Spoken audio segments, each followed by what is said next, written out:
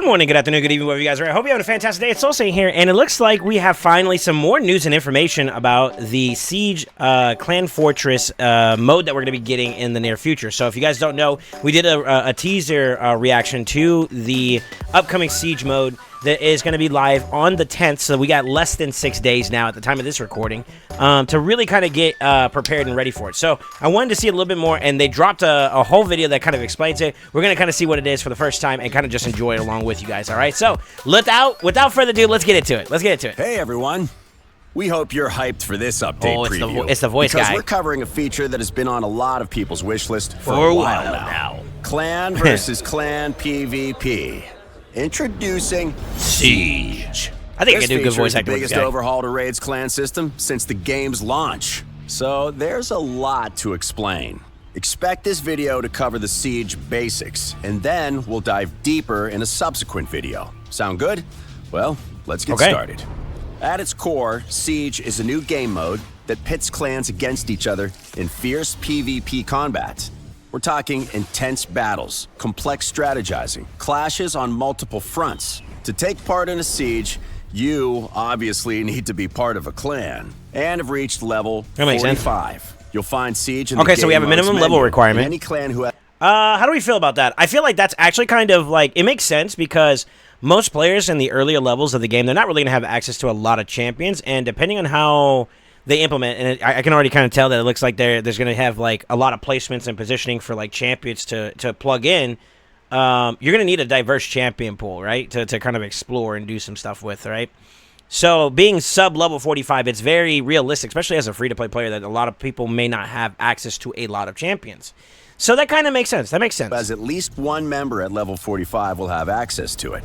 If you're below level 45, sorry, but this fight isn't for you just yet. Makes sense. Let's talk about the battleground where this mighty clash will take place. Behold, the Clan Fortress.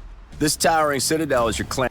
So you guys notice on the top left it says prep phase, and then it says 0 out of 60 and then 0 out of 28. I wonder what those stand for. I'm assuming the 60 is like 60 various different champions, maybe? Clan's base of operations. And it's your job during a siege to defend it from attack, while simultaneously conquering your opponent's fortress. Okay. At its core, the Clan Fortress is a collection of different buildings and locations. So we did see this before in the teaser that they had mana shrines, magic towers, defense towers, strongholds, and then regular posts. Joined together by a network of interconnecting paths. One crucial thing to keep in mind, the layout of the Clan Fortress is exactly the same for every clan. All the buildings and the paths between them remain the same across each siege. The strategy and customization comes from which buildings your clan chooses. Whoa, slow it down. Across each siege. The strategy and customization comes from which building. So they have an upgrade section, a garrison, and a defense report. So they're actually showing a lot here. And I was right. So if you look like, basically, I'm going to disappear here for a second so you guys can see this a little bit better. But right here in this section, they have like different groupings. So these are different teams that can be inputted. Now, I wonder if each individual person in the clan can input it, or if it's something that like the clan leader or that would be able to put it in buildings themselves. Your clan chooses to upgrade. So that's interesting. To do that, you'll require 2 resources unique to Siege: Florins and mana orbs. Okay. You'll earn both of these as rewards for actions completed during a siege, but everyone will receive an initial stockpile so they can start developing their fortress ahead of their first battle. Any clan member can donate florins directly to a specific building to help upgrade it or repair it following a siege. Each building has 3 upgrade levels, and each upgrade increases the total number of champion teams that can be garrisoned inside it. Mana orbs work a little differently. You can keep hold of them, or they can be donated to the shared mana orb cache, where the clan leader and their deputies will decide how they're used. Mana orbs are mainly used to invoke various bonuses and conditions, which we'll discuss a bit later. Moving on, holy moly. Okay, so they have reduction of the enemy, so like debuffing in a sense, and like static debuffs, and they also have static buffs for your team.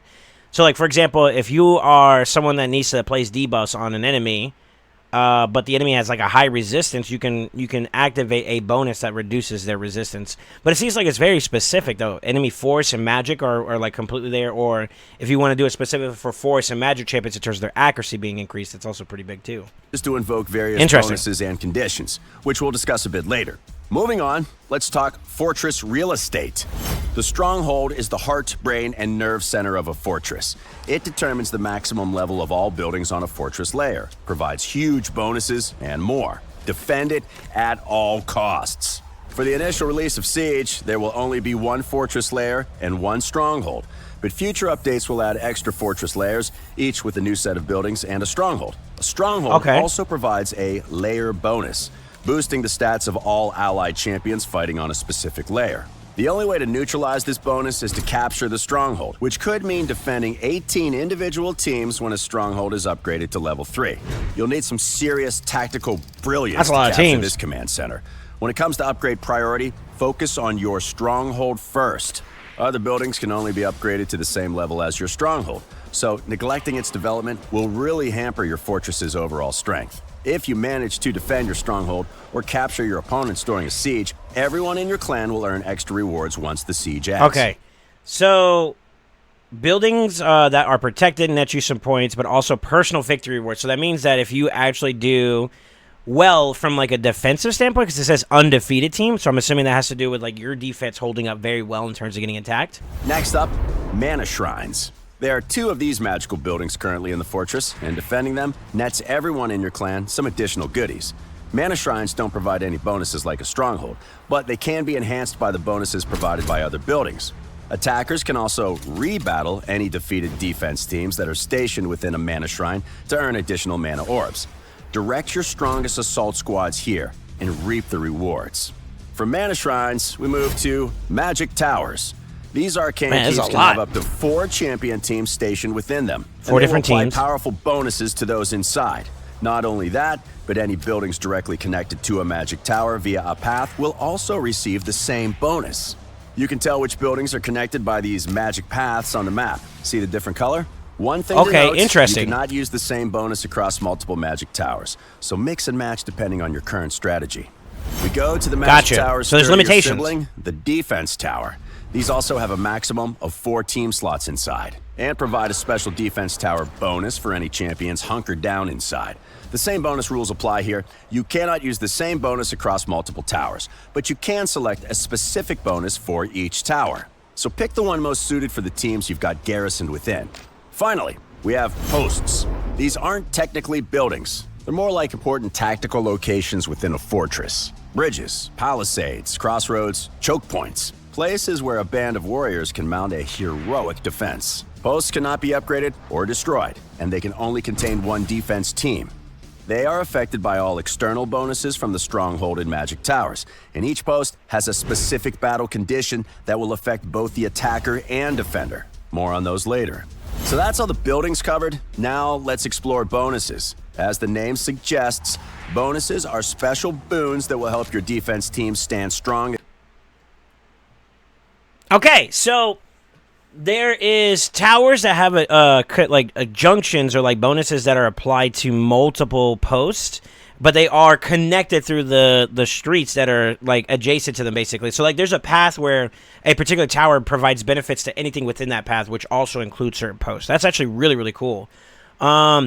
Each boon or bonus that you apply locks it out for the other towers in the other adjacent sections. So whenever you're building your defenses out, you're going to need to be careful with like what you place in benefit of that bonus versus its contradiction if it was not in, not using it or something like that. So you want teams that are going to benefit from those bonuses to be applied with the same post and the same trajectory. So really, really cool. Really, really cool.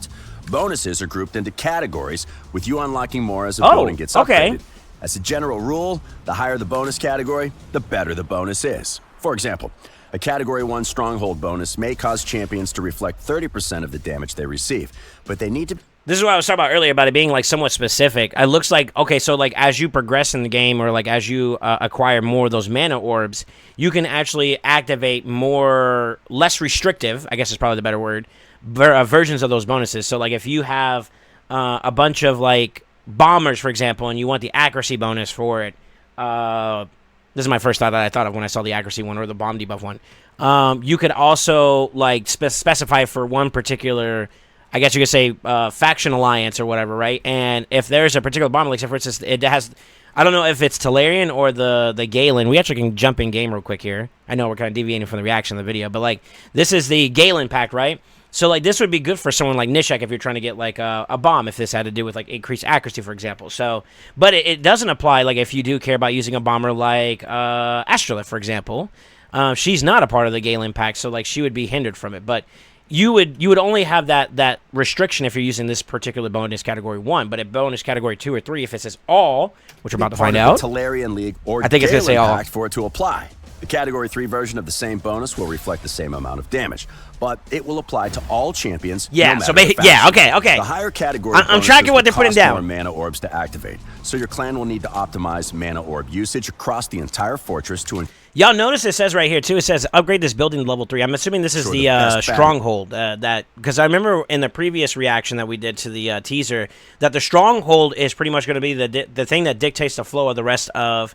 In terms of upgrades and whatnot. So, like, the stronghold's probably going to be, like, your number 1 priority to get up to a certain level, and then from there, the rest of the buildings are going to also have to be raised up in conjunction with that. For your magical buck. Bonuses can only be deactivated if an enemy manages to destroy the building where it originates from. A building counts as destroyed if all the teams defending it are defeated during a siege's battle phase. To reactivate the bonus for future sieges, you will need to repair the building using florins. While destroyed buildings cannot use their native bonus, bonuses from other buildings will still apply. If there's a particular magic tower that is applying a powerful bonus to multiple buildings, focus your forces to knock it out. Only a clan leader or their deputies can activate bonuses for the stronghold, magic towers, and defense towers. Bonuses aren't just buffs to your champions, though.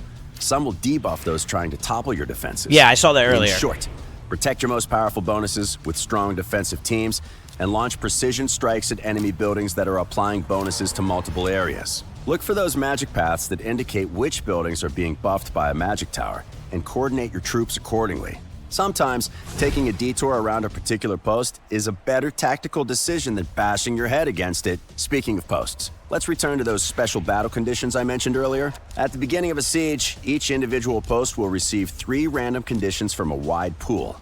Like with bonuses, your stronghold level determines how many conditions you have access to. Wow, okay. Conditions affect both defender and attacker, ranging from limiting the champions that can fight for a post to disabling entire effects like reviving or turn meter manipulation. With conditions, no 2 sieges will be the same. You don't have to be a clan leader or deputy to set a condition. Anyone who sets a defense team in a post can select its specific condition out of the 3 available. Just make sure you've got enough mana orbs to select the condition you want. We'll add a handy button that lists all the available conditions for the current siege and the posts where they can be applied. So coordinate, plan, and strategize together with your clan to see which teams will work best.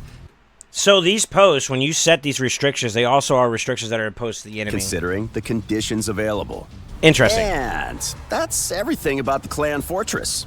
There's still tons to get through, so stay tuned for our next dedicated video where we'll cover the various phases of a siege, how you assign champions to defend, and the best ways for planning an assault. Hit that subscribe button and the bell to be notified as soon as it comes out. Why not hit like while you're down there too? Go on. True. Yo, this is a action-packed filled series of information. Oh my goodness. So I did want to break it down a little bit. We're going to kind of take a little bit of a pause here for this one, but I wanted to show you guys some of the additional information that we got from like some of the resources that we teased about that we weren't entirely sure about before, and we were completely, and I'll just go ahead and say that we were completely off the mark on this one. And it's fine because like this is itemizations or like resources in a sense that are designed to be specific to the new mode, not just the overall game. It seems like so. You know, a little bit of a hit and miss on that one, but you know what? Nevertheless, we kind of were off the mark on this one. So let's see. So one of the first ones which we were talking about was the scrolls. They're going to be used to attack enemy buildings, assign defense teams to your own, or initiate a rematch if you lost an offensive battle. There are 3 types of scrolls. There's attack, defense, and rematch scrolls. And it looked like you can use these scrolls to these are basically like your currency to be able to participate. It looks like I'm not entirely sure here.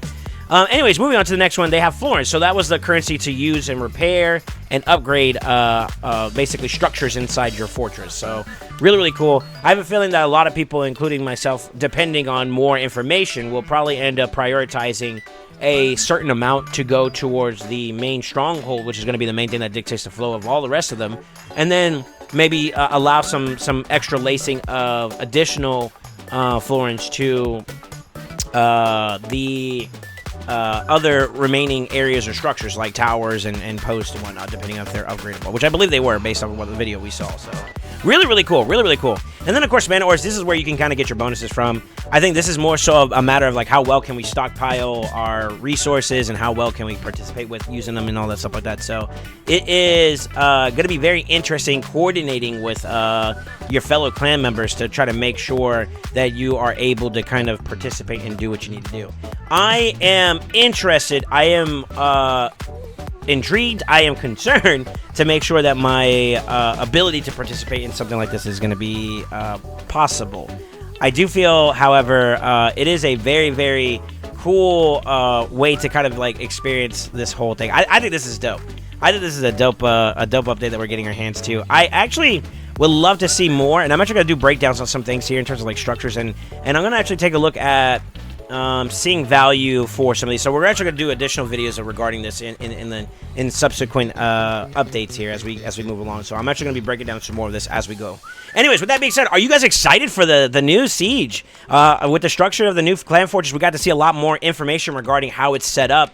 And it looks like there's going to be different phases, which I was kind of alluding to when we first saw that there was like a planning phase that you saw there, a prep phase is what they call it. There's probably like a battle phase somewhere around the lines where there's actually like fighting in there, and I find that to be really, really cool. So more prep phase. Let me see if they actually show something that's like actually like fighting related. I want to see when it's active, if they actually say it. Kind of seems like there's not too much, but yeah, let me know what you guys think.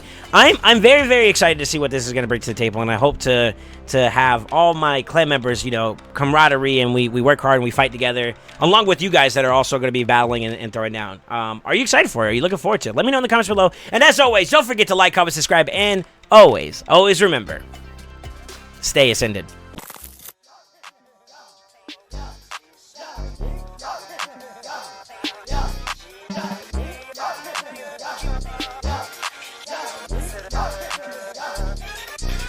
Got the